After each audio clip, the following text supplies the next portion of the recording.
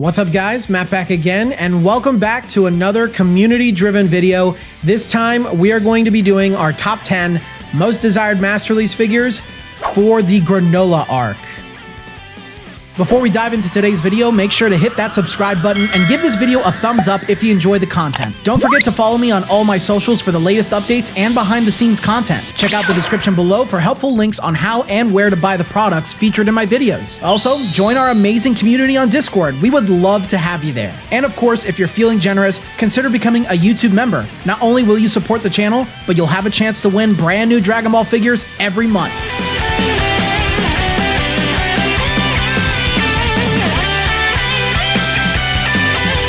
As always, I would like to thank this comment right here for recommending today's video. If you want to be featured at the start of one of these videos, please recommend a top 10 for an arc that we have not covered yet, or a creative top 10 that you'd like to see for a video. Of course, I will consider it and make a video on it if sounds like a cool idea.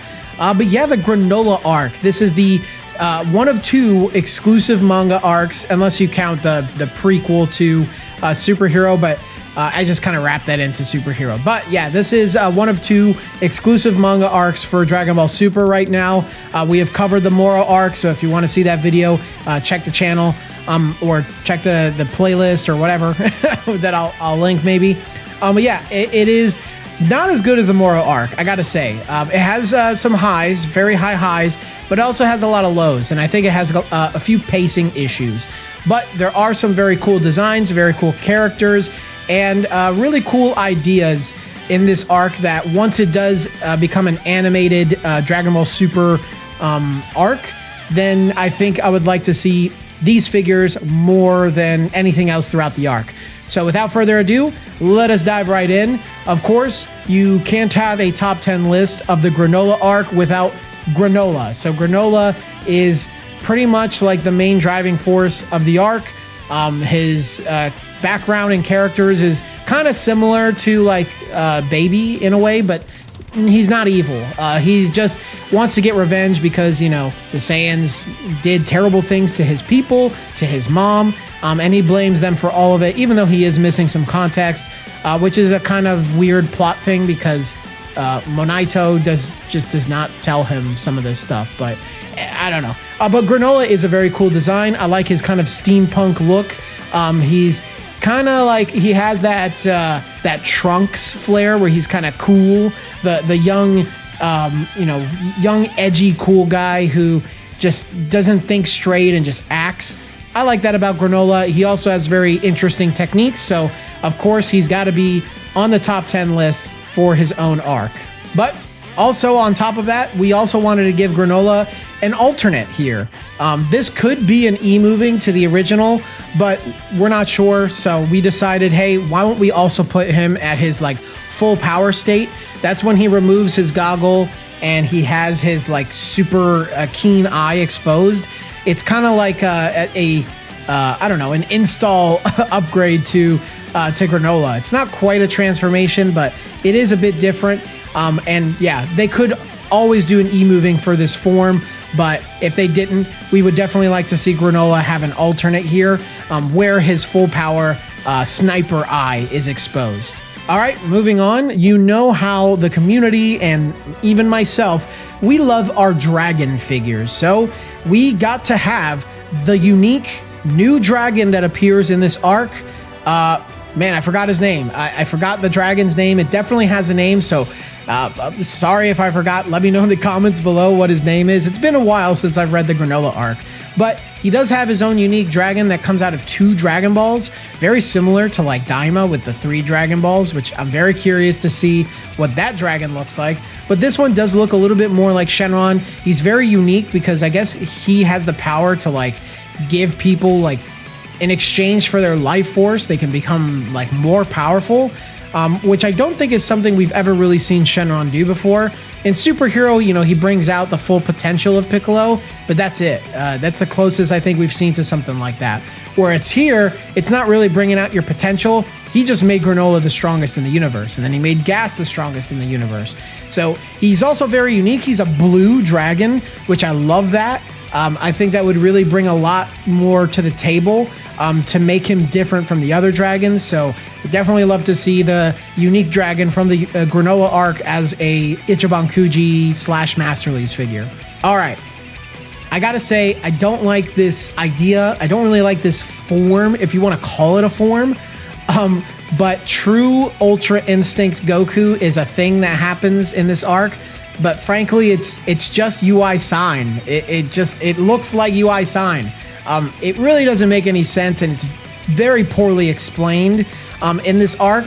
But it is something that happens, and it is kind of important because that's how Goku ends up fighting Gas and other characters towards the end of the arc. It's his version of Ultra Instinct, I guess. But whatever, it is what it is. We did want to choose it because at the very least, it is UI sign with Goku's gi like fully intact. So I think that is at least, you know, different and creative. So yeah, I think true UI is something that people are kind of just expecting when they're going to do a Masterlise for this arc eventually. All right, you can't have Ultra Instinct Goku without Ultra Ego Vegeta. Of course, Ultra Ego Vegeta is on this list. He's probably my most desired one on this list, and I definitely, I specifically want them to do when he first shows off the form, that sick panel that's probably on the screen right now, that Toyotaro drew where he is in this form. So awesome, and I think it would just like pop on a shelf. It is just totally and utterly Vegeta, and it just is so badass. I really like Ultra Ego from a design standpoint. It is, you know, very different, and it does feel like the opposite of Ultra Instinct. I do think it needs a little more development into what it can actually do, because if the whole point of the form is you taking damage to get stronger, you can only take so much damage. So it is a little bit of a double-edged sword. So I hope if they do bring it back and continue to develop on it, you know, they do something a little different with it. So yeah, Ultra Ego Vegeta is a no-brainer and definitely needs to be on this list. And I might as well go ahead and knock this one out too. I might as well just knock out both of these. So these are two choices in one. You could make it a Masterlise Plus if you wanted to, but either way, these are our number 6 and 7 choices on this list. And it is what I like to call the hardest panel in all of fiction. It is peak fiction. It's when Goku and Vegeta stand side by side. They're both in their Buu Saga outfits, pretty much, and they both power up as Ultra Instinct and Ultra Ego. It is such an awesome panel. It gives us, you know, another opportunity to get Ultra Instinct and Ultra Ego in unique outfits, which I love, and just the reference itself would be sick. I mean, once this is animated, it's going to look fantastic in the anime. I know that for sure, especially if they have the same budget and team behind Daima coming back for DBS. It would be perfect. So definitely need to do the hardest panel in all of fiction for Ultra Ego and Ultra Instinct Goku. All right, our final 3 are true villains from this arc that needed to be on this list. So the first one is Gas. Gas, when he shows up after being powered up by the dragon. There are many different looks and forms for Gas. Some of them are very subtle. So even this one, we had the choice between him with the headband on and him without the headband when he's like full power or something. Again, it's kind of like true UI. It's very weird choices for new forms and stuff. But we decided, since the accessory kind of brings a little bit more out for Gas, we wanted to include it. So, and we did want to do his adult, larger form instead of his kid form. So Gas is definitely, he's the final boss of the whole arc, technically. And I think it would be a fantastic Masterlise figure to get. He's not my favorite villain. He's very forgettable. He's just kind of a force of nature, but he is a proponent of the arc. He's a standout figure, so he's got to be on this list. And yes, we did decide to include 2 different forms of Gas. Again, we didn't really feel like bringing his kid form in here just because it didn't really bring a lot more to the table. So instead, we chose his Berserker form. This is at least his more unique look, because everything else that he really doesn't really look all that different besides him aging rapidly towards the end. But we feel like this would be a much cooler Masterlise to get. He's got his shirt torn off. He's got, you know, a bunch of his clothes has been ripped off. He just looks like a monster in this form. So it is very different from a design standpoint from all of his other forms besides the aging stuff. But we prefer it over the aging stuff. It's more badass. It would make for a larger figure as well. So if they wanted to include it, I would like to see Berserker Gas. I don't know if that's the real name of it, but Berserker Gas should be the other form that we get from Gas. And finally, of course, we can't forget probably the best moment throughout the whole arc. You know, a lot of people were sour on the Granolah arc up until the very last chapter of it, when Frieza shows up and shows off his new form, Black Frieza. I mean, Frieza does some really cool stuff at the end of this arc where, you know, he kills Gas, he kills whatever his face is, Gas's brother, I forgot his name. But he kills both of them, and then he just knocks out Goku and Vegeta in one hit, and he's just like, all right, bye. Black Frieza is very cool. I think it is going to be a very cool form to see in the anime. We know what its colors look like, and I think it really does dramatically make Frieza pop out.